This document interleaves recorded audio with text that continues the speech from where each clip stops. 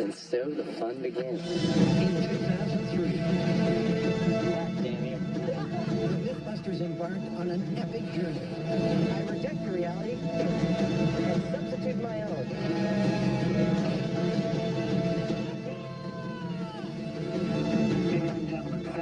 And with a tsunami of science done and dusted,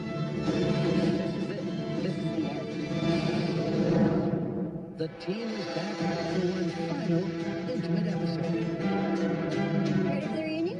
All 5 hosts reunite Beautiful. It is awesome to sit around this table with you guys. to look back and reminisce. It has been a wild ride, and we wouldn't have missed it. They'll discuss the secrets of their success, It's like science based. formulas for failure. We did a lot of it.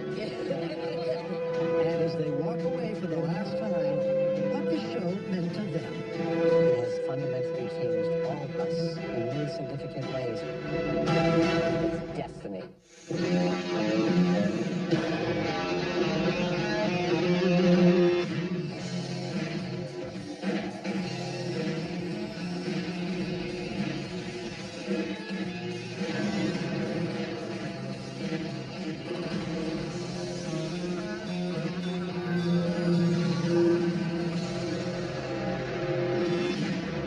It is awesome to sit around this table with you guys. And that's kind of weird. It's like we've never actually done this. Yeah, no, I know. We have never actually done this. To start this off, I want to talk about how we became a team. I mean, the 4 of us, we have all worked together, but long before MythBusters. Yeah, industrial light and magic. I wanted to be you guys when I grew up. That's the whole reason I got the job from Jamie or came in here and asked to be an intern, because I wanted to do what you guys do. Well, and I knew you from Industrial Light and Magic, but Yeah. you had actually worked for Jamie long Yeah, before that. Jamie gave me my first job right out of college. I used to just go over to the model shop and harass him all the time, and then finally he gave me a job. We've got to build a rig that simulates an electric fence. Okay. So nervous. It's like, stop pointing that camera at me. How was your first day? Was it freaky? It was weird. You look so innocent, Grant. I know. Thank you. Thanks. Everybody is watching you all the time. The camera's all over it. I remember what you said. There is no dignity in television. Once you accept that, it gets a lot more fun. Don't say anything. My first on-screen appearance was when you guys did a 3D model of my butt. Oh, God. I remember thinking, oh, just some silly cable show. Nobody's ever going to see this. I thought it was going to be the first thing you Google. But you also came out on the very first episode, Jado Rocket. You drove yourself down to Mojave to be on that crew, right? Well, I was working for Jamie doing toy prototyping and learning a lot during the day, but I also needed a night job, so I had to go work waitressing. My shift ended at 11. You guys were already in the Mojave, and I was like, this job's awesome. I'm going to be a part of it. So I drove all the way to the Mojave. I get to the hotel where you guys are staying at like 4 in the morning. Your call time's 5 a.m. So I sleep in the car for an hour, and I'm woken up by the truck lights in the caravan coming by, and I jump out of the car. I'm good. And I just got picked up by the other interns and went out to the desert to help you guys. And so began the greatest adventure of their lives. I'm going to have a grenectomy. In the magnificent Mojave Desert. You see something coming Oh, out. God, that's me. 14 long years ago, It makes me nervous. You were thinking how young Jamie is. the team hit the JATO jackpot and MythBusters took off. God, I remember that moment. That's so awesome. This really is like we stumbled on the formula for the show, right? When in doubt, make something explode. That was beautiful. Seeing that thing take off like that, it was like seeing some kind of wild animal taking off across a savanna. That'll be burned in my brain forever. One of the things that I really like about the show is how it captures the gleam and the gleam in your eyes. Oh, that's significant. They squeak when I walk. Because it's like, you guys can't believe that you're getting paid to do this. Whoops. And this is the thing, I think, is the formula. It's like you can say it's about these bills and not knowing exactly what's going to happen. And this is the primary narrative of enthusiasm. And it was infectious because in the beginning it was like so hard to get permission to do anything. But then, you know, as the show got more and more popular, people were like, yeah, I got a car, blow it up. No more car! I think I'm going to have to ask the question because this is the reunion, the question that we always get. What's your favorite myth? Oh, that's hard. I mean, there's so many categories, right? There's stuff that was ridiculously fun for us to do. I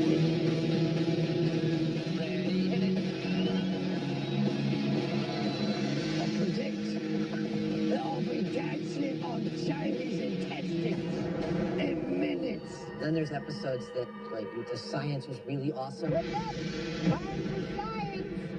the assault was really cool. Wow, there's no pig.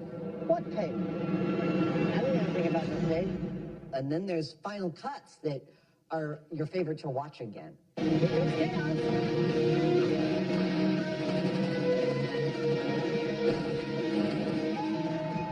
anybody would ever ask me that, it was always the last thing we had just done. Right. It was like, what's your favorite myth? And it was like, well, just yesterday we blew this thing up. It was the craziest thing I've ever done.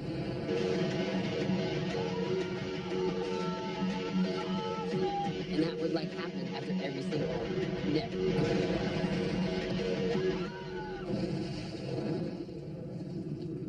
Well, what was your favorite?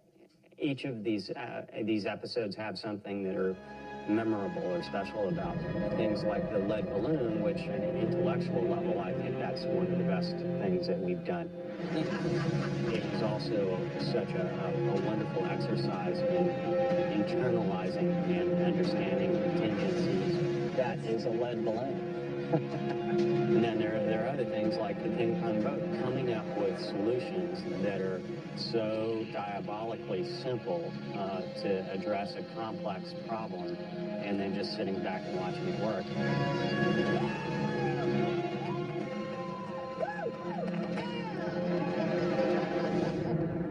We've made a career out of making what seems impossible possible. That's why I love Lead Balloon as well. It's like the pointless exercise, and yet there's something thrilling in the storytelling. You got it to work. Yeah, exactly. That's awesome. You know, for me, I think it was wakeboarding behind a cruise ship. Well, that was insane! Well, it was just such a weird thing to do. The ship just kept getting further and further out to sea, so it was like at some point we had to stop. So it wasn't like, is this myth like possible? It's, is it possible for you to do it? And then we found out later that sharks follow those cruise ships. Yeah. Nothing can touch me! For the two of you, I personally think Blue Ice is one of the best things that has ever been filmed. That was actually one of my favorites because of the fact that I've heard that myth so many times. But it's been on the list since the very beginning. Yeah. And I just remember all these rocket scientists looking around going, it's not going to work. This isn't going to work. And they just kept, and we're like, we don't know. We're just going to try it. Grant, coming up is one of my favorite things I've ever seen happen to you. I mean, when you see that giant chunk of blue ice. That's genuine surprise on our faces. And what you didn't see behind us, behind the cameras, were all the rocket scientists going, oh my God, like they were more excited than we were. All right, well, you know, you alluded to this earlier, but it's not just the best myths, but we've had some of the best days on set. I mean, I feel like I've grown up on this show, and for me, what was super duper memorable, because not only was one of my favorite myths, but when we did car drop, we dropped the car from a helicopter, and we remote controlled the car from another helicopter.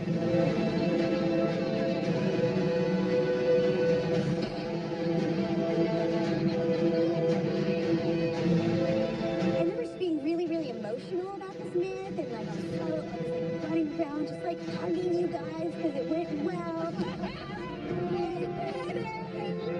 What I found out when I got home is that I was pregnant on that shoot, so it was extremely hormonal. Actually, it's amazing. I was less excited after my first kiss. It wasn't only unexpected hormones that caused the high notes to be hit. More than a decade of adrenaline-fueled science forged a poignant on-screen bond. Let's all group up. I remember feeling really emotional when we were all standing on the third rocket site in the desert, all 5 of us. Well, I think our work here is done. It was really, really intense. I started to cry. Yeah, that was an emotional. Totally. Coming up, Congratulations on an amazing 14-year run. Science! it hasn't all been accolades and warm hugs. Stop whining, go have a cookie. Because The good days have come at a cost.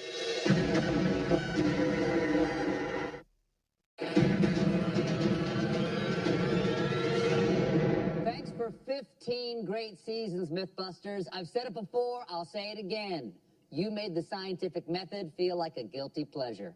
Wherever your JATO rocket car takes you, you'll always be blowing stuff up. In here. the MythBusters touched hearts and minds from the very beginning. It's a delicious memory. In its weird and wonderful way, I can't answer that. You're trying to pig's stomach into a skeleton. the show became part of the pop culture conversation. Tonight, we take on the classic myth that a cat will always land on its feet. But this is one reality show reunion Stop whining. where the final analysis is going to be objective. Yeah, well, you know, we've patted ourselves on the back enough, I think. A little more comfort in your design. The good days have come at a cost. Dude, we've never used the blue one. It seems that Adam needs another cookie. We always use the blue one. I actually don't want to do this test right now. The times that I've been the most upset have been in the early days in particular, where they put us in situations, you know, that were unwise as far as getting hurt.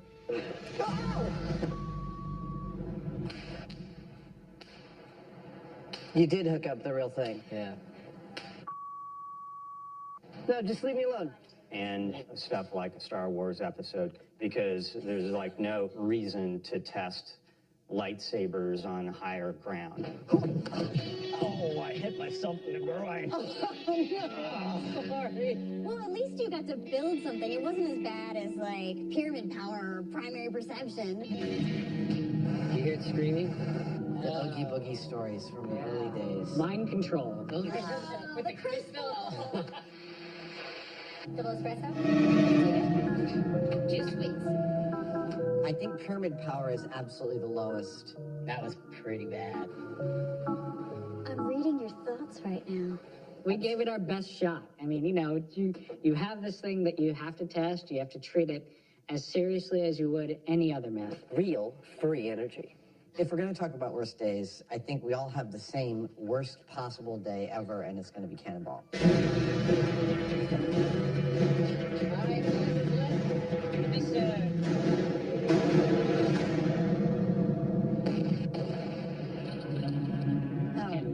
Absolutely. That was probably one of the most terrifying days on the show. The popular MythBusters TV show had an accident, shall we say. The crew fired a cannonball. It smashed all the way through a nearby house and then through the window of a minivan outside. We were at the bomb range with the shot with the cannonball, which we've been doing all day.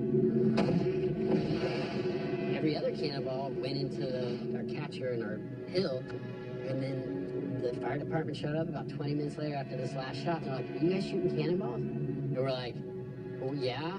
They're like, "Because one landed in a neighborhood." And we were like, Half a mile away. The news choppers showed up and we were like, what is happening? They were camped out front here, too.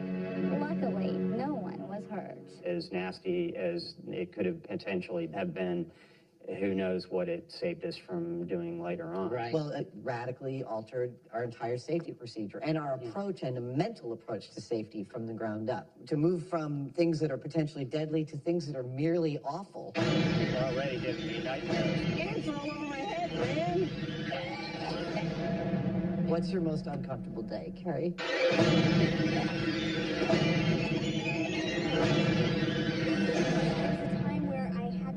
Extract methane from your poop. Sorry.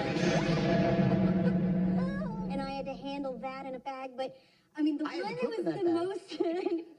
Oh, boo-hoo! I pooped in a spin bag. That's so gross. Yeah. The most traumatizing by far was the scorpions. They put like 40 scorpions on me, and I happened to eat my fingernails the color of their food. So they started biting my fingers. Because of that, when I get for real scared, I uncontrollably either shake my hands or feet. I can't stop shaking my foot. I can't stop shaking my foot. Stop it. I can't stop it. It was the worst. I think for me, probably every time I get injured on the show. You are a Which is little like accident all prone. the time. Oh my God. How did you not get horribly hurt? I'm okay. You slid across the runway on your face. If it had been a BMX bike, I would have made that easily.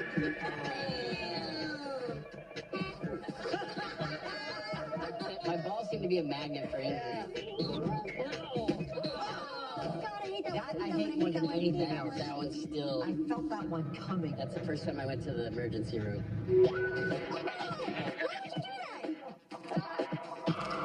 that? You guys were chasing each other every morning for a few months, right? It was like a coffee. Yeah, that's not a good sign. It's a sign that there are deeper issues at play. There were. And you and I have the proclivity to refund whatever we've eaten recently. Yeah, vomiting. What's your worst vomit? That was mixing your types of alcohol. It's like a reflex when I sit in that chair, the motion sickness chair. I just sat down and she said, "Okay, it's time for the chair."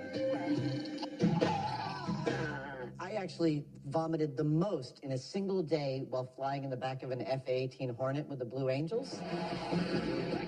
Come on, stick with me, Adam. You got it. You got it. Come on. Stay with us. Stay with us. We got it. Come back. You with it? I'm with you. I'm almost passed out there. Give me a second. And shockingly,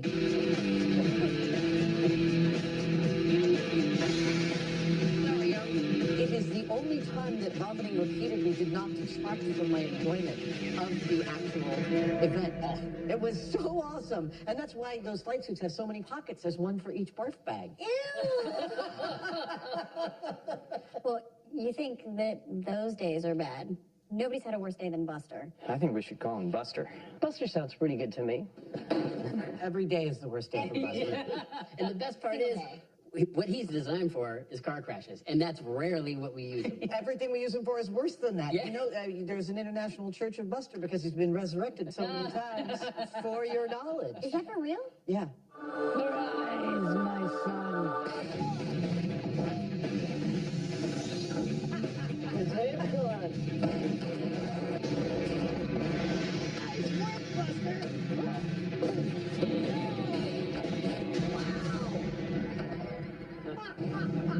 That was crazy.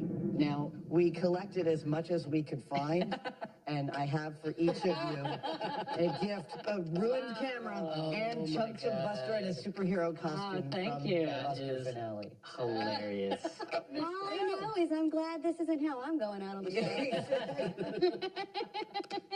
It's kind of like Buster's ashes. Wow. Thanks, buddy. Guys, I'm heartbroken that you're going off the air. A whole generation has grown up with this show to be good, skeptical, critical thinkers who will go out and prove things for themselves. And we've fought to an entire generation to be skeptics, to think it through, to analyze it, and to know that the only truth that we really get from the world is what we can go out and test and make happen. Is that beautiful or what? It's this little thing I like to call a scientific method. So you've performed a great public service. Thank you for that.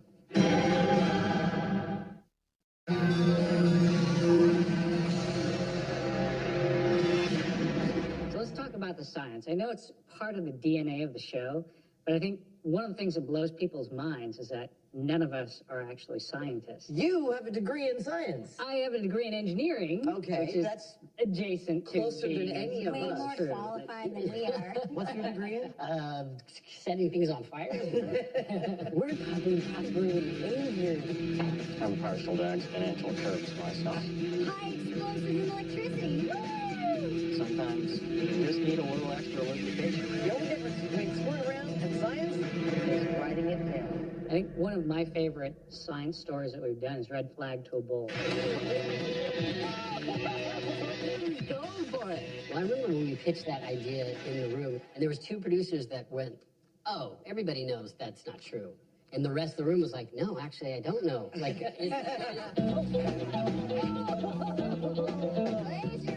it was just so cool to go through each of the elements and find out exactly what caused the charging. They're looking at color, looking at motion, looking at whether it's actually having a person there.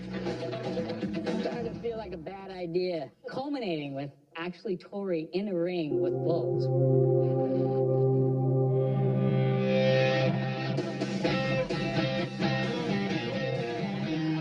Early on, we had a story called Bullets Fired Up. Will a bullet fired into the air kill you when it comes back down to the ground? And in the research we found, the most extensive study done on this was written about in a book called Hatcher's Notebook, a famous ballistics textbook.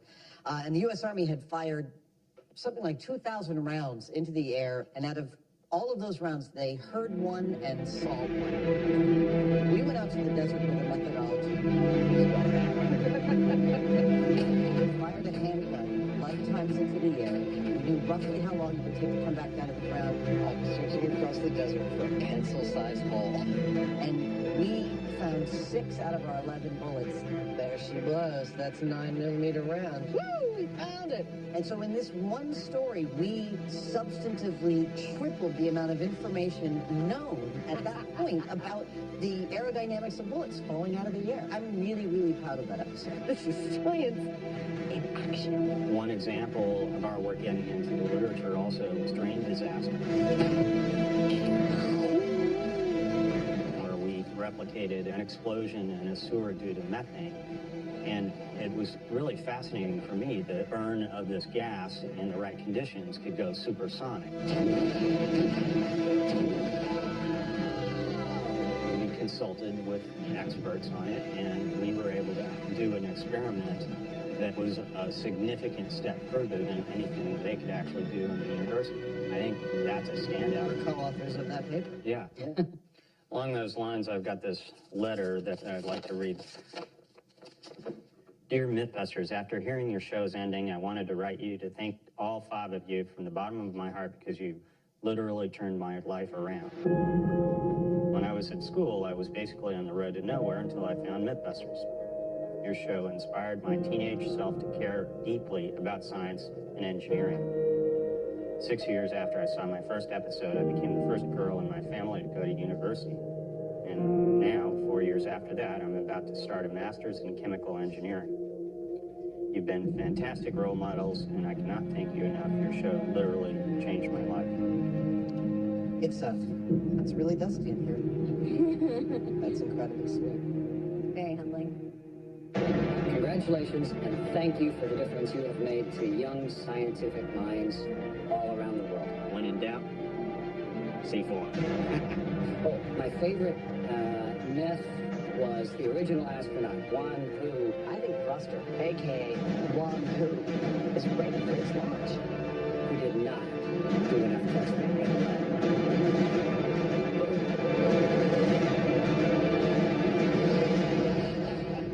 So clearly we're famous for more than just blowing crap up, but we're pretty much famous for blowing crap up.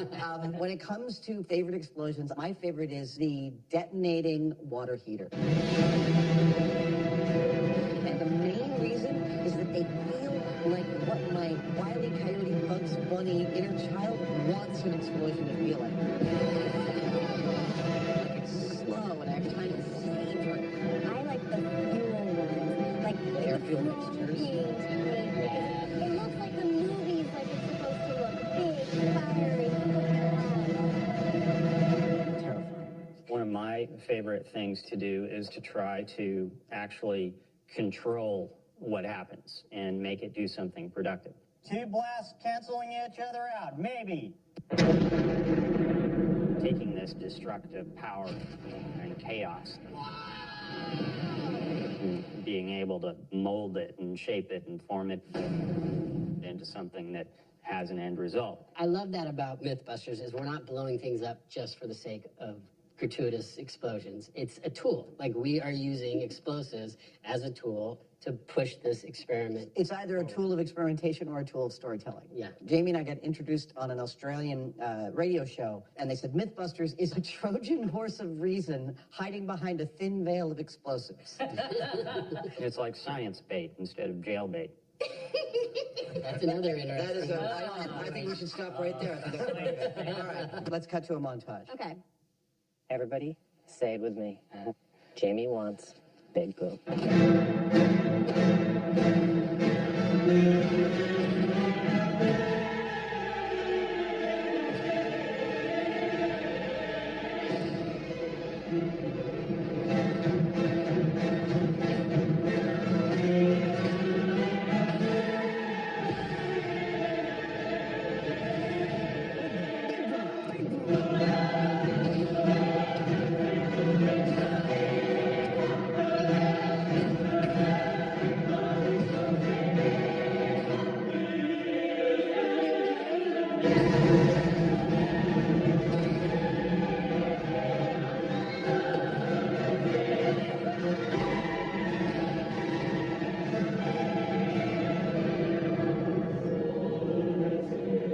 That's what we do on MythBusters.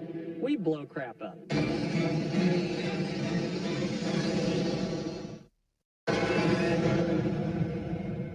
Look, we're here reminiscing about the whole history of MythBusters. Jamie wants big boom. And we are done making this as a show, but it's important to let the viewers know that MythBusters is not done being aired. That doesn't get old. It is moving from Discovery to the Science Channel. The entire catalog, 250 plus episodes, are moving over to the Science Channel. Oh, yeah. I heard there might even be a lost episode. There is. That's the special. I'm pretty sure they just bleeped that because we're not allowed to actually say it. It's a lost surprise. Whoops. Yeesh. Yeah, like Egyptians. This could actually be happening. Yep, strap in and count down. Because the MythBusters move on as one final premiere to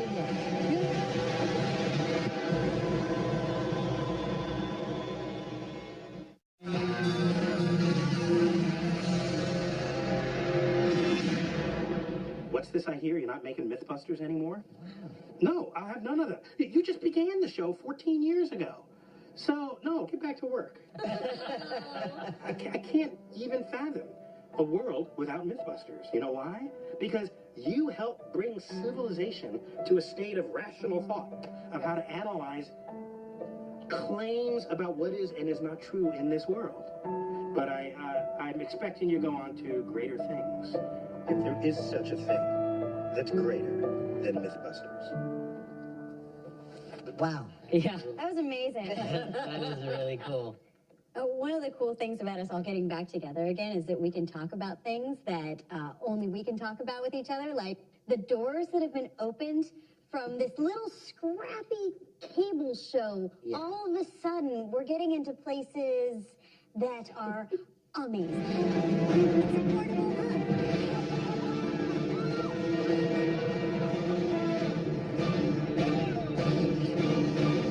Okay, talking about access, we went to the White House. Good to see you. Welcome to the White House. And as Jamie likes to point out, we were testing poop hitting a fan the day before. And then, the next day, we were shaking hands with Did he know the that? president. Did you watch those hands? We did. Okay. Well, actually, we're there loading our equipment in, and the Secret Service is running the sniffer dogs past, and Jamie turns to me and he goes, "We were at the bomb range 2 days ago. How are we not lighting them up like a Christmas tree?" And I'm like, "Shut up. Just be quiet. Southgate needs a little more security, everybody." My personal favorite is getting to fly in the U-2.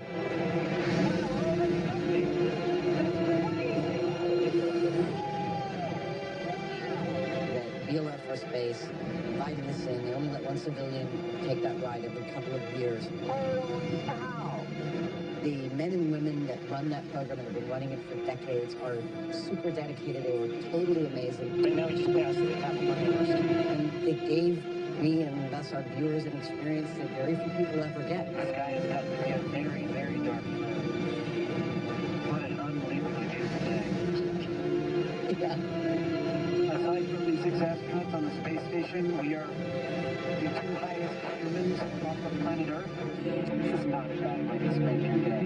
I mean, for you, it was that ride, but I have learned so much, especially from you, Jamie. I have learned so much about building from you. We've gotten to do some really cool stuff. Capitation, everybody. This is going to kill you. Yeah, it's all about the builds. It allows you to internalize what you're doing. When you get physical with things, it's not like you're just designing stuff on paper or you're just thinking about it. It's a different experience when you've got your own blood smeared over your tools instead of somebody that's, typing away on in CAD or something like that. Look, it's like a clown's head exploded. We built an earthquake table that rivaled the earthquake table I had been to at the museum. That was huge. It was a great build. It was a huge build. Huge! That was some heavy steel! And we knocked down a few buildings with it. I mean, how cool is that? I mean, that's a cornerstone of the show. From the beginning, we are not only figuring out the myths, but we're also making all the things that go into it. I know exactly what it feels like to be Michelangelo. Do not Try anything you're about to see at home. Don't try this at home. There are plenty of times when we're doing stuff that's scary, but what about stuff where you genuinely feared for your life? Oh, creamer cannon. Absolutely. Right, yes. We had an entire pallet of creamer, 5 flares, a giant air cannon. Fire this thing off, and initially nothing happened. And then it roared to life.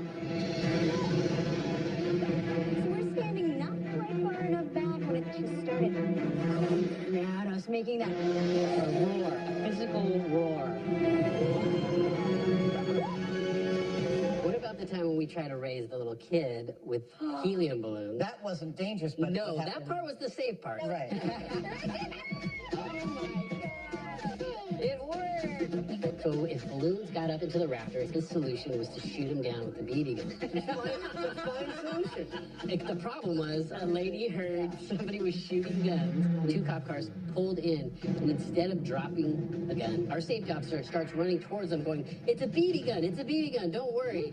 And then that's when they drew the guns on all of us, and we all had to get down. including the little girl. We're all face down on the ground. That's twice on this show that I've had a gun drawn on me. Right. The other time is when we had the fake bomb, which it looked like it was a cartoon bomb, right? Candygram. So I'm literally standing outside the door, waiting for them to call action, and I hear, "Put your hands up." And I thought it was the owner of the house, so I turned around smiling, and there I am holding a bundle of dynamite, and there's 2 cops with their guns drawn on me, and I was like, "We're on MythBusters making a show," and I dropped the thing, and I'm like, "Producers in there." I was like, "Oh my God, don't shoot, please don't." My scariest moment ever is underwater car, the second one. Absolutely terrifying. Here we go. It was terrifying watching you go through that. What Adam didn't know is that as frightening as his experience was, it had an astonishing real-world impact. Well, it was a typical day. It was right before Easter, and I got up and got Emily up and got her ready to go. I left about 4:30 in the morning, and I got about 3 miles down the road, and I hit a patch of slushy snow and went off and into the water. And I looked, and their car was filling up with water. It was happening so fast. I crawled through the vehicle, got into the back seat with Emily, unstrapped her from her car seat, and I tried the driver's side door. That door wouldn't open. I had Emily in my arms trying to keep keep her out of the water. And going, oh my gosh, to get us out of here. And then, you know, the MythBusters thing came to mind. And it was like, okay, I have to wait. Even though I didn't want to, I had to wait till the pressure equalized in the vehicle so I could get the door open. I waited until that moment, pushed the door open, and it opened like nothing. And I kind of swam, walked, and I kind of held Emily above my head to keep her out of the water and got onto the road. I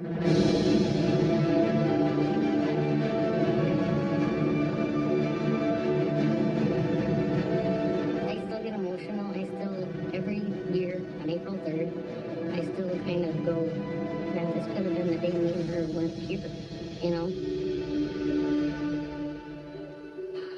Wow. I don't know what to say to that. That's intense. We're not just blowing things up here, people. Bye-bye.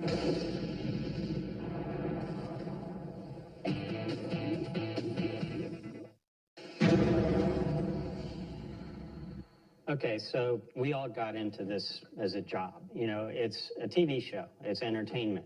But on the other hand, we've been on air for so long for a reason, and we've had quite an impact on popular culture in some way. What do you guys think about that? I think that it brought about a renaissance of making science fun again. Everybody listening? An eyebrow, breasts are expanding. Repeat, breasts are expanding. Making it narratively interesting. Quack, damn you. Yeah, something that people could relate to. Say, oh, science isn't boring. It's explosions, car crashes. It's really a fun world to open up to. And I think we hit kind of our stride right when the internet was getting its stride, and you know there was all these urban legends and viral stories. All of a sudden, everyone was like, "Wait a minute, is that true or is it not?" So we kind of came in at the perfect time. When we came along just when geeks started being cool. I wouldn't say Jamie's an evil genius. And we got to really be a part of that evolution. So all of that stuff was a wave that we're surfing. We, were able to ride it at the right time in the right place and take that ride in a way that at times was really pretty inspired.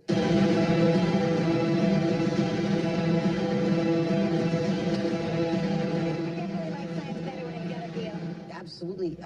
Carrie, you have done so much to inspire girls and women to realize that they can follow the thing that they're interested in. You know, people ask us all the time, how do we get girls interested in science? And my response is, stop asking me. Go ask a little girl. They're the most natural scientists you'll ever meet.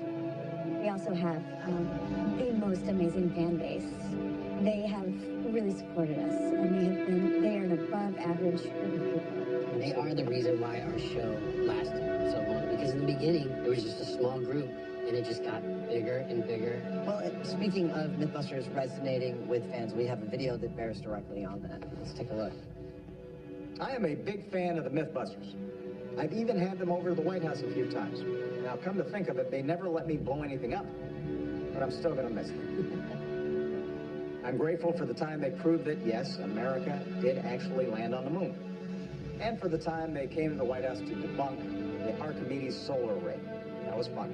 So after more than 1,000 myths tested, after more than 900 explosions, after 83 miles of duct tape, I just want to say thank you to Adam, Jamie, Carrie, Tori, Grant, and all of the MythBusters team for entertaining us these 14 years. More importantly, thank you for inspiring so many of our young people to ask the big questions about our world and to seek the answers through math, science, and engineering. It's going to make a real difference to America's future. I promise. We'll be better off because of you. But the Secret Service will rest easier without you around on our South Lawn. Congratulations on a great run. Wow. Wow. That's cool. That is kind of intense. Yeah.